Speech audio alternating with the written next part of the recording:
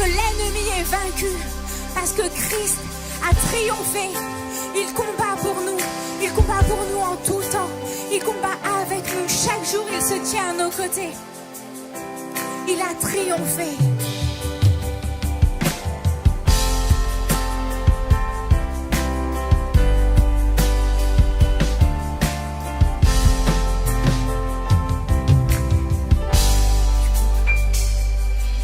Tu combats pour nous en tout temps, entouré de tous les anges. Et je prends plaisir à savoir que tu es couronné vainqueur. Mon secours et mon défenseur, mon ami et mon sauveur. Par ta grâce je vis, j'existe pour t'adorer. Quand j'entends louer ta grandeur, devant toi je me prosterne, et la peur se tait devant toi. Tu es couronné vainqueur, que ta gloire inonde ce lieu, et que ta puissance déborde. Par ta grâce je vis, j'existe pour t'adorer. Alléluia. Alléluia.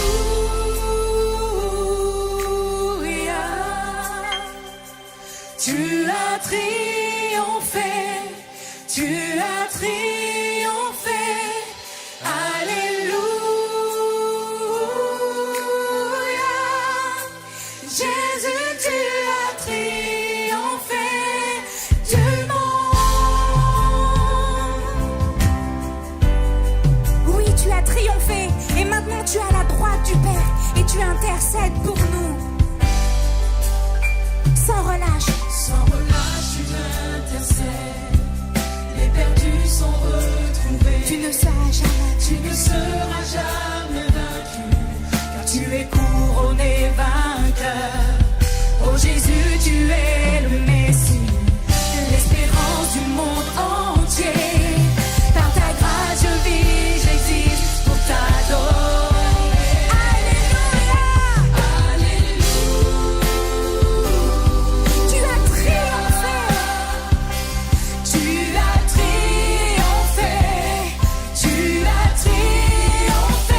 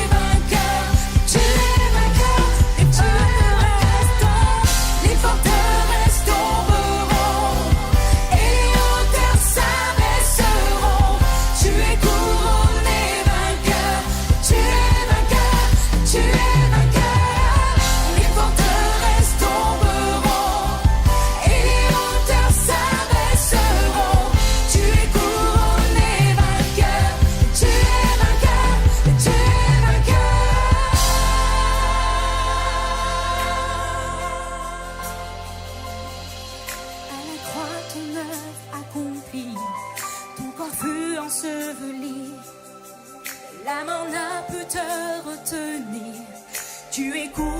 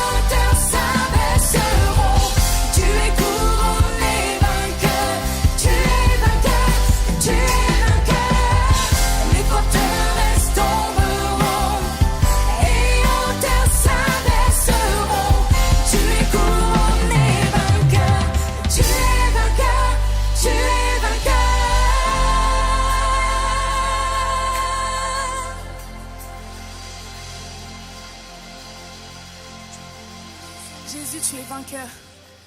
Il y a tellement de personnes qui ont été adorées, tellement d'êtres qui ont été adorés. Mais toutes ces personnes-là, Seigneur, sont dans le tombeau. Et toutes les personnes qu'on adore encore et qu'on élève et qu'on glorifie vont un jour aller dans le tombeau. Mais toi, Jésus, tu es mort et tu es ressuscité. Tu es mort et tu es ressuscité. Tu es le seul vrai Dieu, le seul éternel Dieu.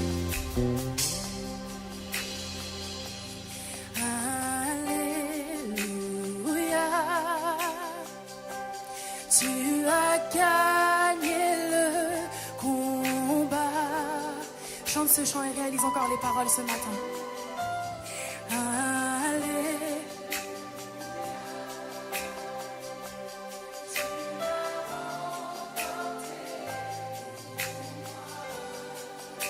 La mort ne t'a pas vaincu. Au roi ressuscité, oh, tu règnes en majesté. Jésus, tu es. Alléluia.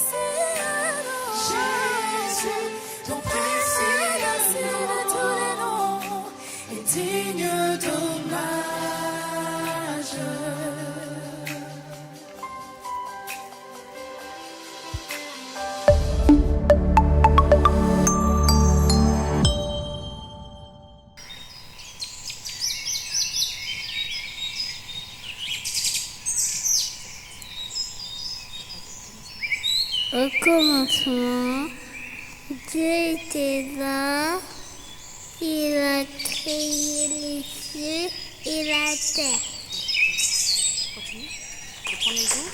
Le premier jour, il a créé la nuit et le jour.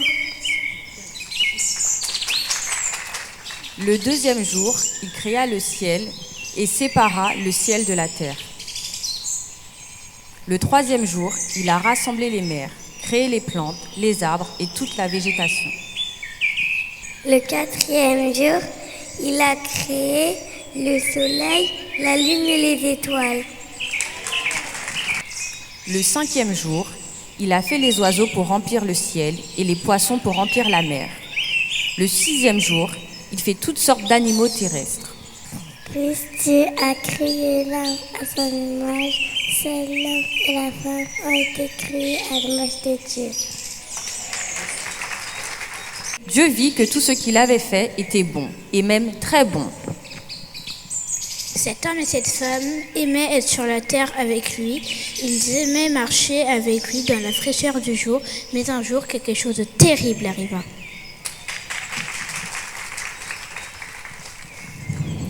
En effet, la pire des journées est arrivée. Un jour qu'aucun ange n'aurait pu imaginer. Un jour que l'humanité a toujours regretté. Un jour dont seul Dieu pouvait nous sauver. Ce jour-là, un serpent est venu avec une longue mensongère. Puis le premier homme, Adam, et la première femme, Ève, ont écouté ce serpent menteur. Ils ont écouté ces mensonges et ont cru au lieu de croire Dieu. Ils ont péché contre Dieu et ont tout perdu. L'humanité n'était plus juste devant Dieu, l'humanité avait perdu la sainteté et l'humanité avait perdu la vie.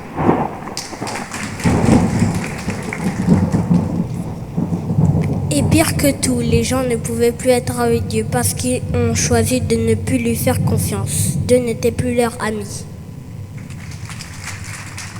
Et Dieu a fait une promesse à l'humanité, une promesse extraordinaire. C'était la promesse du salut. Quelqu'un viendrait écraser la tête de ses menteurs et libérer l'humanité de son péché, rétablir la relation de l'homme et de la femme avec Dieu. Mais qui est cette personne ? Peut-être un homme vraiment bon pourrait nous sauver. Un homme vraiment bon, comme Noé, que Dieu a sauvé du déluge, pour que lui et sa famille puissent à nouveau peupler la terre. Mais une fois sorti de l'arche, Noé a très vite péché contre Dieu. Nous voyons donc qu'un homme vraiment bon comme Noé ne pourrait pas nous sauver. Peut-être qu'un grand homme de foi pourrait nous sauver. Un grand homme de foi comme Abraham, le père de la nation d'Israël. Mais Abraham a eu peur des autres hommes et a menti au sujet de Sarah. Nous voyons donc que même un homme plein de foi comme Abraham ne pourrait pas nous sauver. Peut-être qu'un grand prophète comme Moïse qui a délivré le peuple d'Israël de l'esclavage en Égypte. Mais Moïse a manqué de foi, nous voyons donc que même un grand prophète comme Moïse ne pourrait pas nous sauver. Peut-être qu'un homme selon le cœur de Dieu pourrait nous sauver. Un homme comme David qui aimait et adorait Dieu. Mais David a très vite péché avec une femme nommée Bathsheba. Nous voyons donc qu'un homme selon le cœur de Dieu comme David ne pourrait pas nous sauver.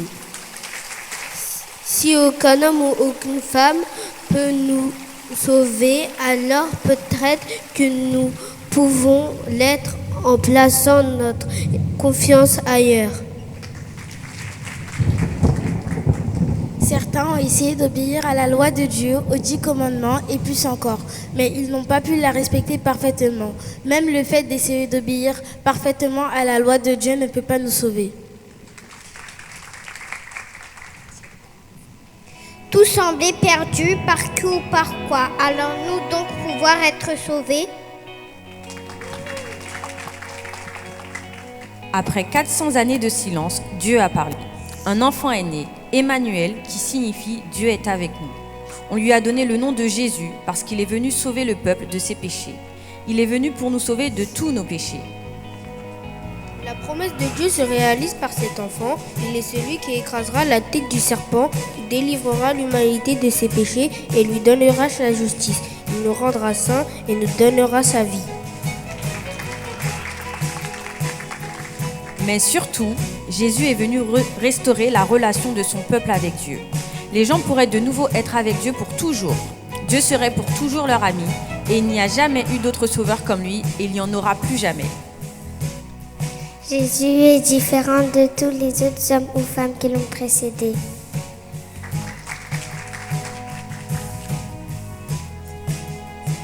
Jésus est l'homme de foi parfaite.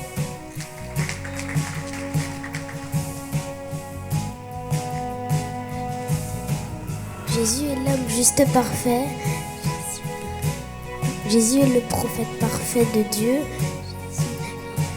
Jésus est l'homme de foi parfait. Jésus est le roi parfait. Jésus est l'homme parfait selon le cœur de Dieu. Jésus est le sacrifice parfait. Jésus est celui que Dieu avait promis, l'être parfait, celui qui ne voulait pas et ne pouvait pas pécher, l'unique grand sauveur des hommes et des femmes. Et toi, connais-tu celui qui nous a été promis?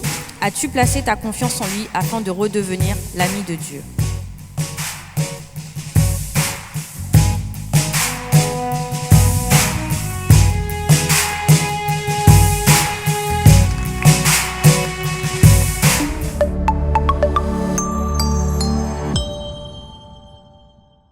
Est-ce qu'on peut applaudir nos enfants? Car Noël, c'est la fête de Jésus. Noël, ça veut dire naissance. La naissance de notre Seigneur. La naissance de notre Sauveur. Alors, est-ce que tu peux dire à ton voisin Jésus?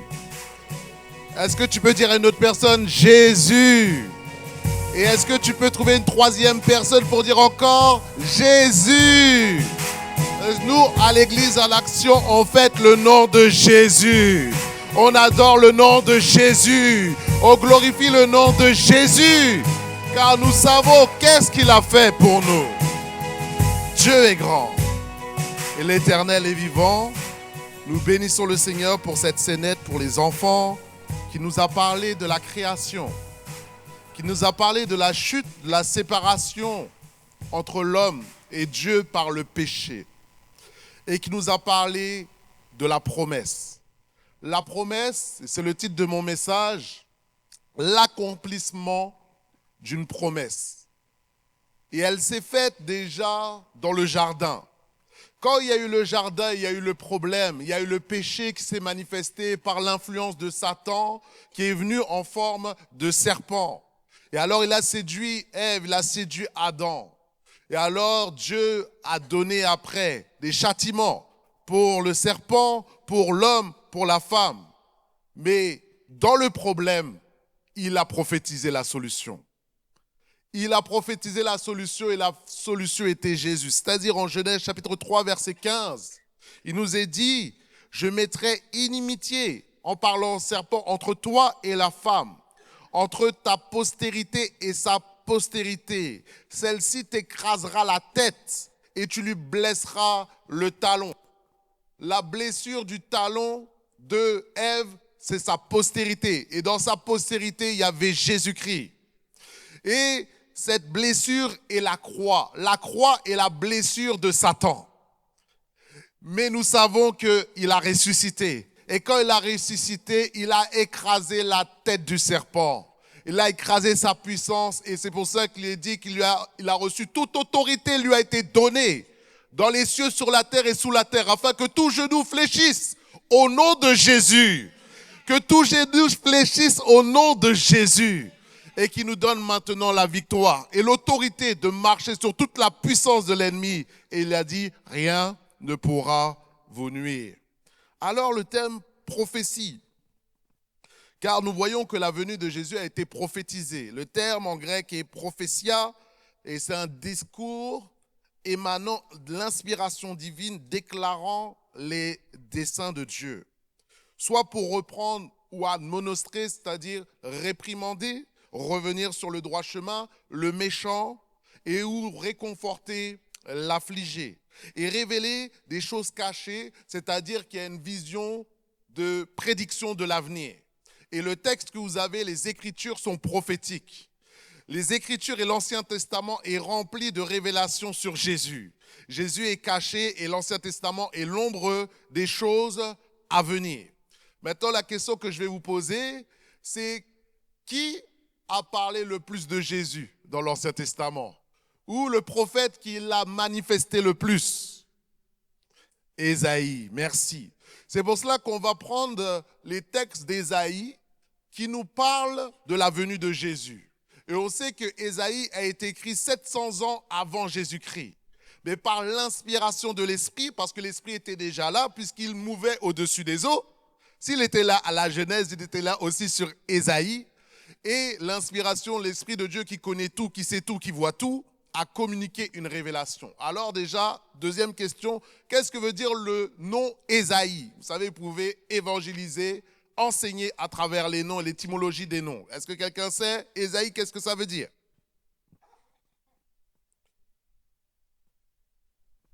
Dieu sauve. Merci ma sœur. Yahvé sauve. Et on appelle le texte d'Ésaïe l'évangile de l'Ancien Testament en termes théologiques. Car il révèle des choses sur la vie de Jésus, et on le voit par rapport à différents textes, c'est-à-dire Ésaïe chapitre 7, verset 13 à 14, qui va s'afficher. Ésaïe chapitre 7, il nous dit, Ésaïe dit alors, écoutez donc, maison de David, est-ce trop peu pour vous de lasser la patience des hommes, que vous lassiez encore celle de mon Dieu? C'est pourquoi le Seigneur lui-même vous donnera un signe, et voici, la jeune fille deviendra enceinte, elle enfantera un fils, et elle lui donnera le nom de Emmanuel, qui veut dire Dieu est avec nous. C'est pour cela que dans le ciel, il y a eu cette coordination où le Père a dit, il faut que nous fassions quelque chose pour l'humanité. Et en réfléchissant à l'humanité, il a vu son fils, il a dit, il faut que tu viennes sur terre, prendre la forme d'un homme pour que il puisse vivre ce que nous vivions, toutes nos difficultés, tous nos problèmes. Jésus lui-même, en tant qu'homme, a vécu les mêmes choses que toi. Alléluia. Car il est 100% homme et 100% Dieu. Pour nous dire, voici comment agir, voici comment se comporter. Et voici Emmanuel, Dieu avec nous, pour nous donner la force, pour marcher avec nous. Et un autre texte que Ésaïe a communiqué, il est inscrit à ma gauche, Ésaïe chapitre 9, sur le mur, Ésaïe chapitre 9, verset 5. Est-ce qu'on peut le lire ensemble? Car un enfant nous est né, un fils nous est donné, et la domination reposera sur son épaule, on l'appellera admirable, conseiller, Dieu puissant, Père éternel, Prince de la paix. Amen. On parle encore une nouvelle fois de Jésus. Ou encore, dans la suite de ce passage, au verset 6, il nous est dit encore, donner à l'Empire l'accroissement et une paix sans fin au trône de David et à son royaume, l'affermir et le soutenir par le droit et par la justice. Dès maintenant et à toujours, voilà ce que fera le zèle de l'Éternel des armées. Et on sait que Jésus était appelé aussi le fils de David. Que David était sur le trône et il lui a dit, il a reçu cette promesse prophétiquement, que tu auras un descendant et lui, son règne sera éternel. Et on voit le zèle de la maison, le zèle du Père s'est manifesté afin que nous aussi, nous soyons des agents de la justice, des agents de la compassion, des agents du Seigneur. Et un troisième texte que nous allons prendre, c'est Ésaïe chapitre 11, et je t'invite à les méditer chez toi. Des révélations extraordinaires de la venue de notre Seigneur. Ésaïe chapitre 11, versets 1 à 3. Il nous est dit, « Puis un rameau sortira du tronc d'Isaïe, et un rejeton naîtra de ses racines. » Isaïe, c'est le père de David. « L'esprit de l'Éternel reposera sur lui, esprit de sagesse, d'intelligence, esprit de conseil et de force, esprit de connaissance, et de crainte de l'Éternel. Il respirera la crainte de l'Éternel, il ne jugera point sur l'apparence, il ne prononcera point sur un oui-dire. Voici ce qu'a fait notre Seigneur. Et encore, Ésaïe a reçu des révélations, encore sur le ministère de Jésus, par rapport à son onction. Il a dit, l'Esprit du Seigneur est sur moi pour annoncer une bonne nouvelle aux pauvres. Ésaïe 61. C'est le premier texte que Jésus a exposé quand il a commencé son ministère. Il a déroulé le rouleau de la loi, le rouleau prophétique. Et il a dit, cette loi est accomplie, car je suis la manifestation des prophètes, des prophéties et des prophètes. Alléluia. Jésus. Tout parle de Jésus dans la Bible. Tout est là, caché et qui a besoin d'être creusé. Nous voyons cette révélation de Jésus aussi en Ésaïe 53 qui nous parle de la croix. Il a été rejeté, il a été méprisé. Homme à une apparence délicate, comme une brebis qui vient à la boucherie. Cela parle aussi de la croix, de ce que Jésus devait vivre. Une révélation encore messianique.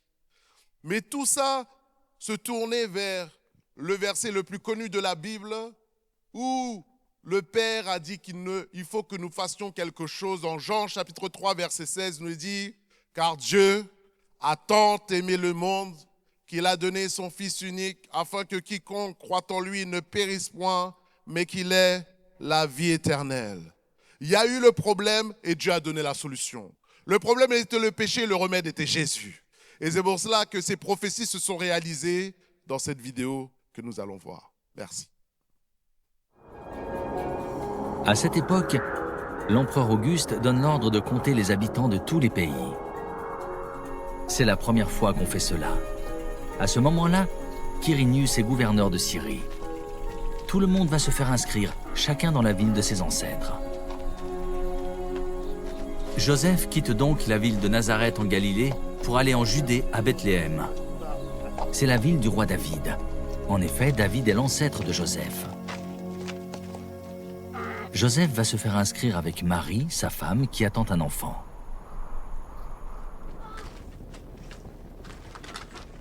Pendant qu'ils sont à Bethléem, le moment arrive où Marie doit accoucher.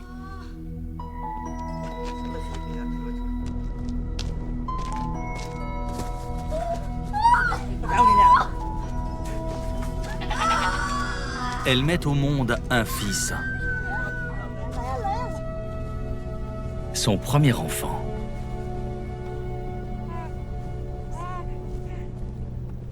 Elle l'enveloppe dans une couverture et elle le couche dans une mangeoire. En effet, il n'y a pas de place pour eux dans la salle où logent les gens de passage. Dans la même région, il y a des bergers. Ils vivent dans les champs et pendant la nuit, ils gardent leurs troupeaux. Un ange du Seigneur se présente devant eux. La gloire du Seigneur les enveloppe de lumière, alors ils ont très peur. L'ange leur dit « N'ayez pas peur. Oui, je viens vous annoncer une bonne nouvelle, qui sera une grande joie pour tout votre peuple. Aujourd'hui, dans la ville de David, un sauveur est né pour vous. C'est le Christ, le Seigneur. Voici comment vous allez le reconnaître. Vous trouverez un petit enfant enveloppé dans une couverture et couché dans une mangeoire. » Tout à coup, il y a avec l'ange une troupe nombreuse qui vient du ciel. Ils chantent la louange de Dieu. gloire à Dieu au plus haut des cieux, et sur la terre, paix à ceux que Dieu aime.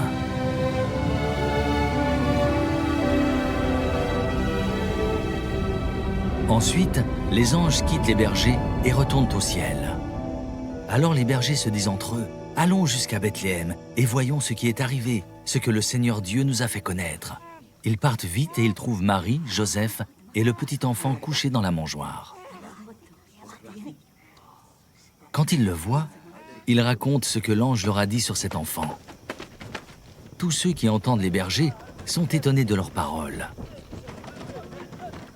Marie retient tout ce qui s'est passé. Elle réfléchit à cela dans son cœur. Ensuite, les bergers repartent. Ils rendent gloire à Dieu et chantent sa louange pour tout ce qu'ils ont vu et entendu. En effet, tout s'est passé comme l'ange l'avait annoncé. Une semaine plus tard, c'est le moment de circoncire l'enfant. On lui donne le nom de Jésus. C'est le nom que l'ange a indiqué à Marie avant qu'elle soit enceinte. Amen. Le nom de Jésus. Et c'est un nom qui a été indiqué par l'ange. C'est un nom qui venait du ciel. Et Jésus veut dire sauveur roi. Il est venu nous sauver, nous délivrer, nous transformer, nous montrer le chemin. Et on voit par cela que, à travers deux axes, par la venue de Jésus, qu'elle était motivée par l'amour. Et après, quand Jésus a fait son ministère, tout ce que Jésus a fait, c'est par amour. Amour pour qui? Amour des âmes. Amour du peuple. Amour pour chacun d'entre nous, pour chaque homme sur terre. Dieu l'aime et désire qu'il se tourne vers lui. Et alors, le ministère de Jésus a été la prédication, par amour, l'enseignement, par amour, l'exhortation, par amour, la prophétie, par amour, la solidarité, par amour, quand il a fait des gestes de compassion, il a guéri les malades. Pourquoi? Parce que la souffrance des hommes était sa souffrance. Quand il a vu les gens qui étaient dans la souffrance, toute cette foule, il a dit qu'il était ému de compassion. C'est-à-dire en grec, splagaïzomaï, toutes ses entrailles bougeaient. Parce que ce qui pousse un homme à agir, ce qui a poussé Dieu à agir pour toi et moi, c'est le dépôt d'amour qu'il avait en lui, pour toi et pour moi. C'est pour cela que nous voyons tout ce qu'il a fait, la formation des disciples et même l'intercession, et aujourd'hui il intercède, est fait par amour. De la même manière, nous-mêmes, comme il a été envoyé, nous sommes envoyés dans le monde. Et le carburant du chrétien, le carburant du serviteur de Dieu doit être l'amour. Tout doit être poussé par l'amour des âmes, l'amour de Dieu et l'amour des âmes. On va faire une petite illustration. Kyrian, si tu peux venir, s'il te plaît. Il va nous exposer la croix. Merci. Et quand ils sont venus voir Jésus, on lui a dit, Jésus, maître, rabbi, quel est le commandement le plus important de la loi? Qu'est-ce qui a été répondu? Qu'est-ce qui a été répondu? Vous n'êtes pas convaincus? Tu aimeras Dieu de tout ton cœur, de toute ton âme, de toute ta pensée et de toute ta force. En Matthieu chapitre 22, 36 à 40. Et il lui a dit, voici le plus grand des commandements, le premier et le plus grand des commandements, c'est la vision verticale. Quand Jésus était à la croix, il a manifesté l'horizontal et le vertical. Le vertical, c'est les yeux tournés vers le ciel, c'est-à-dire ta relation avec Dieu, d'aimer Dieu de tout ton cœur, de toute ton âme, de toute ta pensée, de toute ta force. C'est le travail de ta vie. Dis à ton voisin, c'est le travail de ta vie. C'est la première chose où Dieu va nous attendre sur terre, c'est l'aimer. Parce que nous sommes là pour l'adorer en esprit et en vérité. Et puis maintenant, il répond à ce premier commandement, le deuxième commandement qui s'ajoute. Il lui a dit, voici le second qui lui est semblable. Qui est semblable au premier, d'aimer Dieu. Tu aimeras ton prochain comme toi-même. Et de ces deux commandements dépendent toute la loi et les prophètes. Ça veut dire tout l'Ancien Testament, toutes les révélations d'Ézéchiel, d'Ésaïe, de Jérémie, de Jonas, sont dans ces deux commandements. Si tu as compris ces deux commandements, tu as compris toute la Bible. Tu as compris l'essentiel de l'essence du Père dans le ciel. Et alors, là, nous sommes dans une vision horizontale. Plus tu aimes Dieu, plus tu vas aimer ton prochain. C'est la manifestation de la croix. Alléluia. Merci, Kyrian. C'est pour cela qu'un chrétien qui aime Dieu, ça se voit. Un chrétien qui aime Dieu, ça se manifeste. Est-ce que tu peux aimer tes enfants sans que tes enfants le sachent? Non, ça va te pousser à des actions. Comme Jésus a tellement aimé le monde que le Père a envoyé Jésus pour nous parler de lui. De la même manière, nous aussi nous sommes envoyés pour aller parler de celui qui nous a aimés et qui les aime. C'est l'évangélisation. C'est pour cela que tout ce qui est fait dans l'Église, il ne faut jamais perdre l'essentiel de tout ce qui est fait dans l'Église. Tout ce qui est fait dans l'Église est pour les âmes. Tout ce qui est fait pour l'Église est la manifestation de l'amour. C'est-à-dire que quand je chante, c'est pour donner la gloire à Dieu. Quand je chante, c'est parce que j'aime le peuple. L'équipe de louange. Alléluia. Quand je m'occupe des enfants, c'est par amour pour les enfants que je suis mono. Quand je m'occupe des ados, c'est par amour pour les âmes que je m'occupe d'eux. Quand je m'occupe des jeunes, c'est par amour. Quand je prêche, quand j'évangélise, c'est parce qu'on aime les âmes. C'est le carburant du chrétien. Dis à ton voisin, carburant. Dis à quelqu'un d'autre, carburant. Mets de l'essence dans ton moteur. Mets de l'essence dans ton moteur. Et l'essence, c'est le Saint-Esprit. Et plus le Saint-Esprit est en toi, plus tu vas carburer au Père, au Fils, au Saint-Esprit. Prends l'essence divine et elle est gratuite. Alléluia. C'est pour ça que 1 Corinthiens 13 nous dit bien, 1 Corinthiens 13, verset 1 à 2, quand je parlerai la langue des anges, des hommes, si je n'ai pas l'amour, je suis rien, je suis comme une cymbale qui retentit. Quand j'aurai le don de prophétie, quand j'aurai la science de tous les mystères et la connaissance, quand j'aurai même toute la foi jusqu'à transporter des montagnes, si je n'ai pas l'amour, je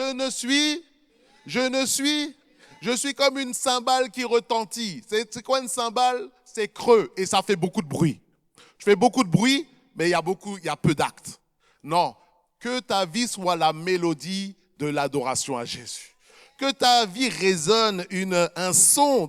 Quand Dieu voit ta vie, il est heureux. Alléluia. Parce que notre vie est un chant, est une adoration par la grâce de Dieu. Ne sois pas une cymbale creuse, mais une cymbale qui résonne la gloire de Dieu. Alléluia. C'est pour ça, après qu'il nous a dit, faites ce parallèle entre Jésus et nous.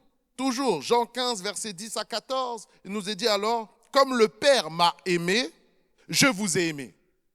Ah, c'est profond ça. Demeurez dans mon amour.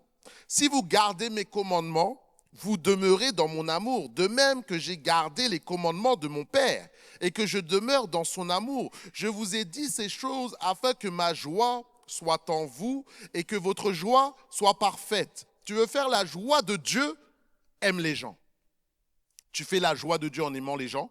Et en plus, quand tu fais la volonté de Dieu, il te dit que ta joie va être parfaite, ta joie va être augmentée. Il y a plus de bonheur à donner qu'à recevoir. Celui qui est égoïste, replié sur lui-même, il veut pour lui. Mais la vraie richesse spirituelle, c'est l'amour que tu as pour toi, pour les autres, pour Dieu. Et c'est en donnant que tu es heureux.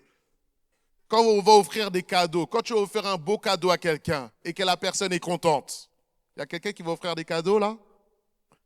Quand la personne est heureuse, est-ce que ça te rend heureux? Quand tu vas offrir un cadeau et la personne est contente, toi-même ça te donne une joie. Une joie simplement d'avoir fait donner de la joie à quelqu'un. C'est ça le principe du cadeau. Et le plus beau cadeau que tu peux donner, c'est le Jésus. Jésus autour de toi. Partager la vie de Dieu. C'est pour ça que je veux te dire dans ces temps des fêtes, aime ton prochain, aime tes collègues, aime ton patron, aime ton pasteur. Non, je vais redire aime ton pasteur parce que je n'ai pas entendu amen. Il faut que je prêche pour moi quand même un peu. Aime tes frères et sœurs, aime ta famille. Et alors, il y a cette illustration, c'est un jeune qui me racontait ça au Canada. Si tu peux mettre la photo du SDF. Et c'est temps aussi de penser à ceux qui sont dans les démunis, des gens qui n'ont rien. Je me dis quand même, il ne fait pas froid en ce moment. Même tu es chez toi, tu as froid. Tu mets une couette, 2 couettes, 3 couettes, chauffage à faux, tu dis, c'est dur. Alors imagine les gens qui vivent dehors. J'arrive même pas à imaginer de dormir dans le froid comme cela. Ayons une pensée pour eux, peut-être leur apporter du pain à manger, une soupe. Et là, vendredi avec les jeunes, on va aller dans la rue, on va aller voir les SDF, leur donner des vivres, des vêtements. Mais pensons aussi, nous, par la grâce de Dieu, Dieu nous fait du bien. Nous avons une famille, tu as un toit, tu vas fêter Noël, on va manger un bon repas.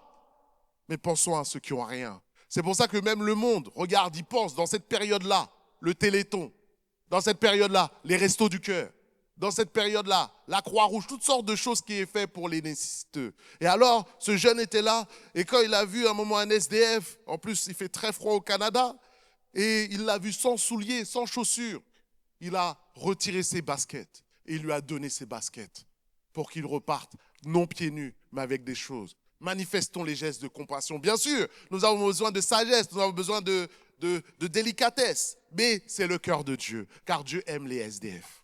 Dieu aime les démunis. Dieu, aime ceux qui sont rejetés et méprisés des autres. Le deuxième point que nous voyons, le deuxième axe, c'est l'unité. Jésus est venu pour donner l'unité sur terre, entre les hommes, mais entre les hommes et Dieu, car un seul intermédiaire a été donné, un seul, Jésus-Christ de Nazareth.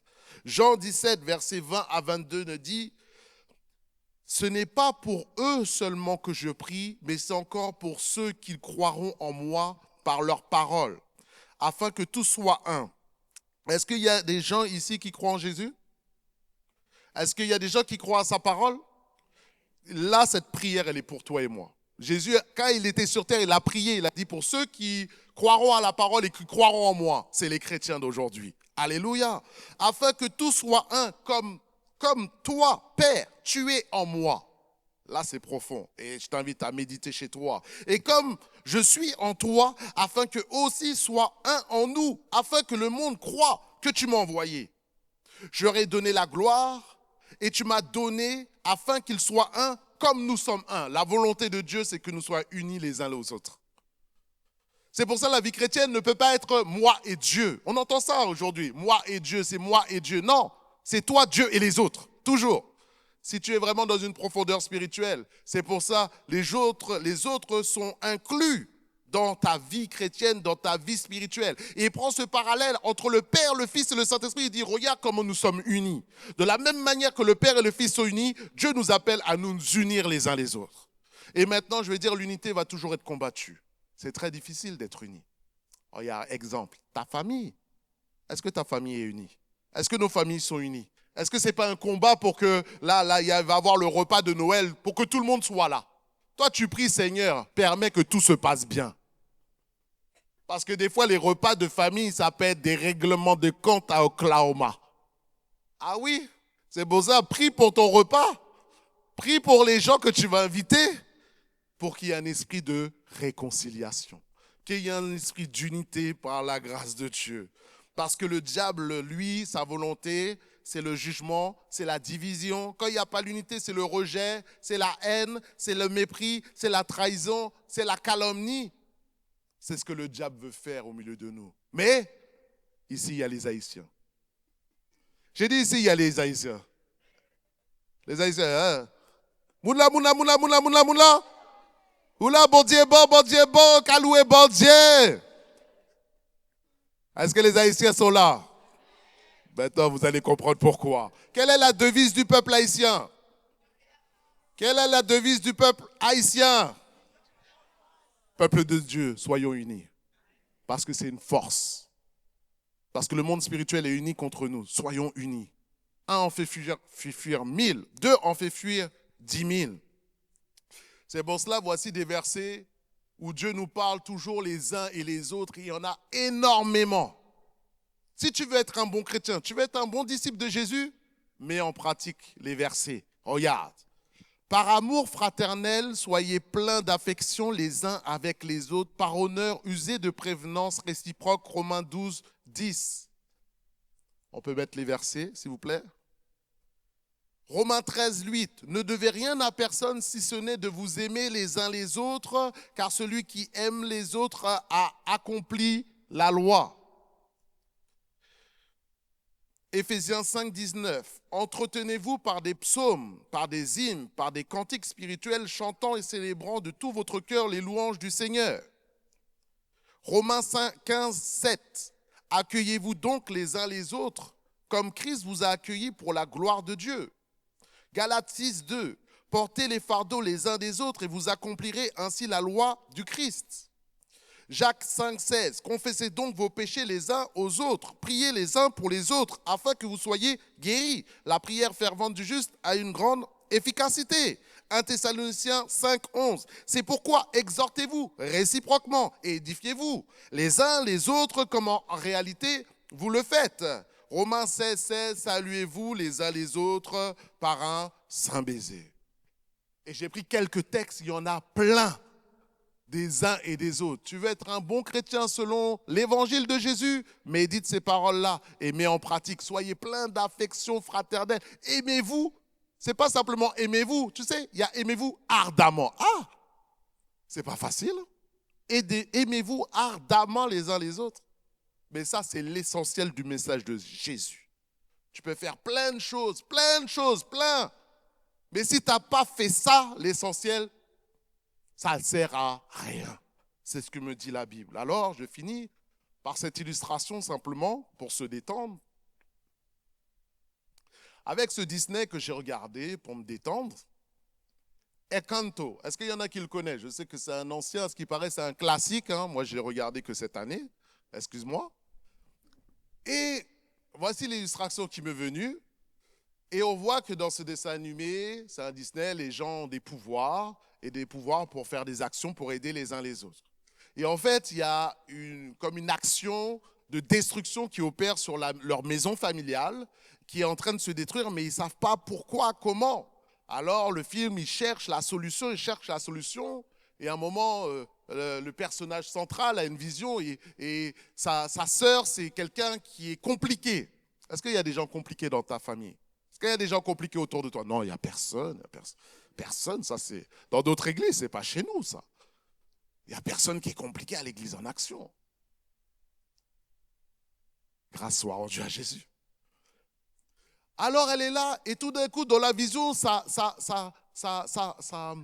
sœur qui est vraiment compliquée, qui est difficile, qui est, orgueilleuse. Et tout d'un coup, elle la rejette, elle la méprise, et dans la vision, elle voit qu'il faut qu'elle fasse un câlin à sa sœur. Elle a dit, ah non, pas ça, pas elle. Il y a des gens dans ta famille aussi, tu veux dire, non, pas elle. Mais on voit qu'alors qu'elle fait le câlin, dans l'histoire du film, on voit que la guérison de la maison se passait dans la manifestation du pardon et de l'amour et de l'unité. Et une fois qu'elle a fait le câlin, la guérison s'est manifestée, la maison a été rétablie, la famille a été rétablie. Et j'ai vu ça, une application spirituelle en disant, effectivement, c'est des choses qui se passent dans nos familles. Dieu t'appelle à bénir ta famille, à pardonner à ceux qui t'ont faussé, à donner l'amour. Pas simplement te jeter à corps perdu, non, simplement mets-toi, fais ta part. Et alors que quand il y a le pardon, il y a l'unité, il y a la guérison qui se manifeste. Ta famille est guérie, rétablie par le Saint-Esprit. Et alors qu'il y avait la haine, il y avait la tension, tout d'un coup, il y a l'amour, il y a la douceur, il y a le pardon. C'est ce qui se passe sur ta vie au nom de Jésus. C'est ce que je proclame sur ta famille, sur toi et tes enfants par la puissance du Saint-Esprit. Que ces fêtes soient des fêtes de paix et des fêtes de réconciliation afin que tu puisses pardonner à ceux qui t'ont offensé et te réconcilier pendant ce temps des fêtes. Car c'est la vision du Père pour chacun d'entre nous. Alors, simplement, je finis. Il nous est dit, comme les enfants ont dit, Jésus est le juste parfait. Jésus est le prophète parfait. Jésus est l'homme de foi parfait. Jésus est l'homme selon le cœur de Dieu parfait. Jésus est le sacrifice parfait. Jésus est l'intermédiaire parfait. Jésus est le Dieu parfait. Fait homme. Amen. Est-ce que nous pouvons prier le Seigneur? Commence à parler au Seigneur et commence à le remercier de sa venue, de remercier de qui il est, de remercier de ce qu'il a fait. Seigneur, nous te remercions car tu es l'homme parfait, mais tu es le Dieu parfait. Tu as obéi parfaitement au Père pour accomplir toute sa volonté jusqu'à l'obéissance de la croix. Et alors, c'est pour cela que le Père t'a donné le nom qui est au-dessus de tout nom. Il t'a élevé au-dessus de tous les noms, afin que tout nom, tout genou fléchisse devant toi et reconnaisse que tu es Seigneur à la gloire du Père. Alors en cet instant, alors que nous sommes dans ta présence, le Père, le Fils et le Saint-Esprit, j'interpelle maintenant quelqu'un alors que nous sommes les yeux fermés et la main de Dieu se tourne vers toi. Et Dieu te dit, viens à moi, tourne-toi vers moi. Alors que les enfants, les aînés nous ont chanté, ont apporté Noël, le plus beau cadeau, c'est la vie éternelle. C'est ce que Dieu veut se tourner vers toi. Et quelqu'un veut-il accepter Jésus, que tu sois devant ton écran? Est-ce que quelqu'un ici veut dire, Seigneur Jésus, je veux te recevoir comme sauveur? Si c'est ton cas, je t'invite juste à lever ta main là où tu es. J'appelle l'église simplement à prier. Je vois ta main, je vois ta main. Y a-t-il quelqu'un d'autre? Le plus beau cadeau que tu peux recevoir, c'est une vie au paradis, l'assurance d'aller au ciel. Y a-t-il quelqu'un d'autre qui veut accepter Jésus? Je vois ta main. Y a-t-il quelqu'un d'autre? Je vois ta main. Y a-t-il encore quelqu'un d'autre? Et nous allons simplement prier ensemble. Est-ce que vous pouvez répéter après moi, toute l'église, ensemble? Jésus-Christ, je te remercie pour ton jour de naissance, car tu es venu pour nous sauver, pour nous prêcher, pour nous évangéliser. Alors aujourd'hui, j'entends ton message, un message d'amour et d'unité. Je veux te demander pardon pour mes péchés. Ramène-moi à toi et garde-moi dans ta main. Je t'accepte aujourd'hui comme Seigneur et Sauveur de ma vie. Bénis ma vie et conduis ma vie au nom de Jésus. Et nous disons Amen, Amen, Amen. Il est dit dans le ciel qu'il y a de la joie dans le ciel pour un juste qui se convertit plus que 99 justes.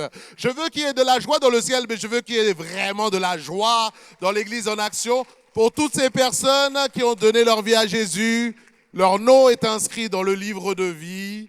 Que Dieu vous bénisse et joyeux Noël. Soyez bénis.